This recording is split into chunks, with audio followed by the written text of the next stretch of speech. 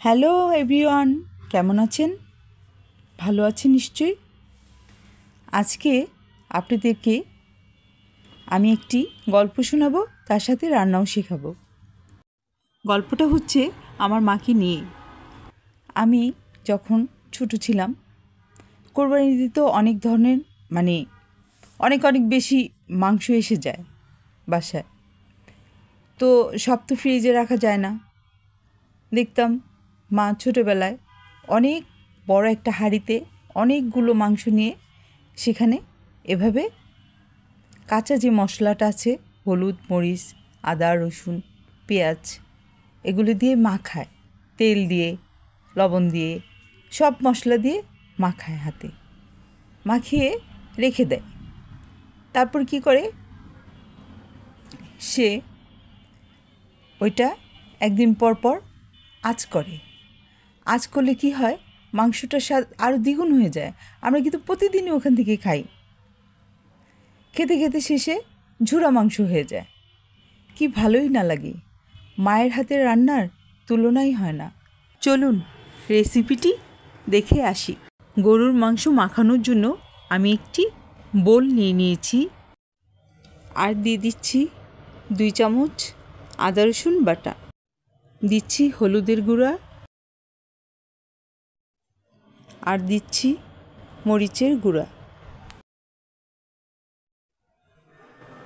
দিয়ে দিলাম ঘরোয়া পদ্ধতিতে বানানো মাংসের মশলা এবং টক দই।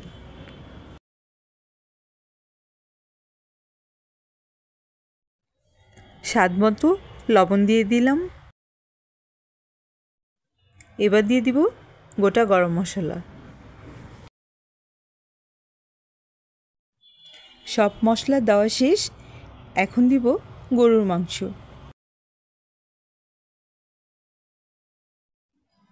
আমি তো গরুর মাংসের ফ্যান।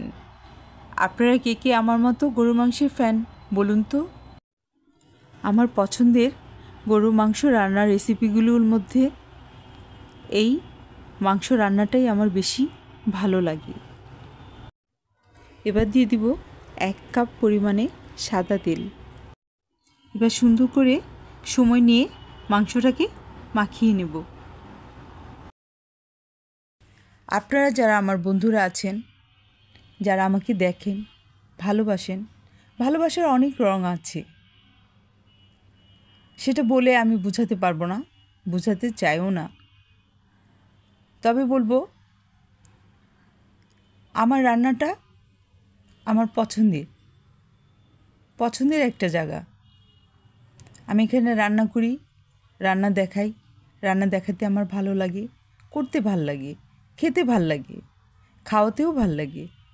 তাই আমি রান্নার চ্যানেলে এসেছি, রান্নাটাই দেখাই, রান্নাই করি, রান্নাই করব। বলতে বলতে তো অনেক কথাই বলা হয়ে গেল। তারপরও বলবো যে অনেক কথা আছে যা সবাইকে শেয়ার করা যায় না। অনেকে ভাবে আমি কেন ভিডিওতে আসি না। আমার আসলে ভালো লাগে না। আমার এভাবেই ভালো লাগে। আমার যেটা মন চায়, ভালো লাগে, আমি সেটাই করতে চেষ্টা করি। এটা আমার ভুল না সঠিক সেটা আমি জানি না, জানতে চাইও না। তবে আমাকে যে ভালোবেসে, যারা ভালোবেসে আমাকে দেখেন, তাদেরকে আমি অসংখ্যবার ধন্যবাদ জানাই। কারণ আপনারা আমাকে দেখেন, আমি কিভাবে রান্না করি, কথা বলি, এগুলো পছন্দ করেন। তার মানে আমাকে আপনারা ভালোবাসেন। আপনাদেরকে অসংখ্য ধন্যবাদ। আমার প্রিয় ভিউয়ার্সরা, আমি কিন্তু গুছিয়ে কথা বলতে পারি না, সেটা আশা করি এতক্ষণে বুঝেই গেছেন। আর এতক্ষণে আমি মশলা, মাংস একসাথে মিশিয়ে ফ্রাই প্যানে তেল গরম করে তাতে দিয়ে দিয়েছি। তবে আজকের পুরো রেসিপিটাই আমার মায়ের নয়, এটা আমার নিজের মতো করে রান্না করলাম।